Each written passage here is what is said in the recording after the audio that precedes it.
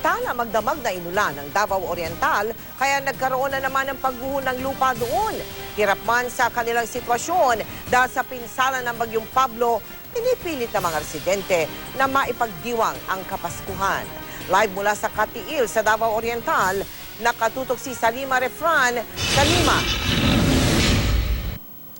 Mel, sa kabilangan ng trahedya, ramdam na rin ng mga residente dito sa Davao Oriental. Ang diwa ng Pasko, hindi man sing grande ng mga nakaraang taon. Ang importante, buhay sila at kasama ang kanilang mga pamilya. Magdamag na bumuhos ang malakas na ulan sa Davao Oriental. Kaninang umaga, ulan pa rin ang bumati sa mga residente na nagdulot ng maliliit na pagguho ng lupa sa Sitio Baclinan, Barangay Kawayanan sa bayan ng Buston. Dala nito ang mga tros at mga natumbang puno. Napakalakas po ng ulan. Natatakot po kami baka magkaroon ng landslide dito sa tinitira namin sa tabing kalsada.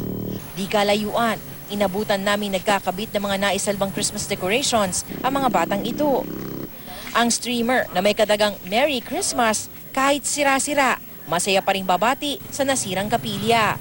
Si Princess, simple lang ang hiling ngayong Pasko.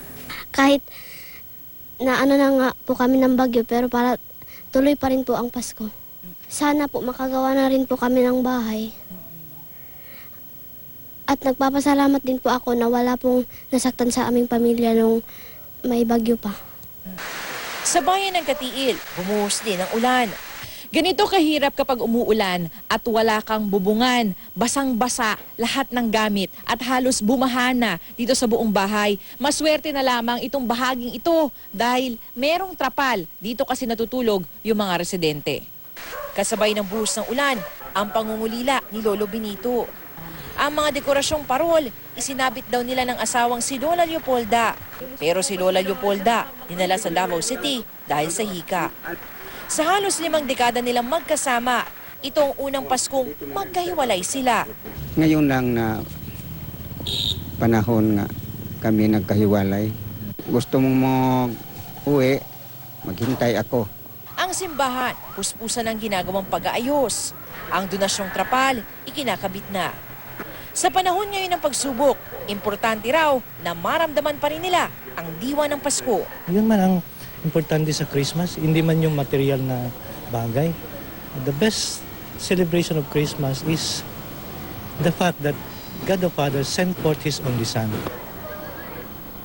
Mel, sa diwa nga ng pagbibigay ngayong panahon ng Kapaskuhan, alay ng iba't ibang grupong iba't ibang serbisyo para sa mga residente.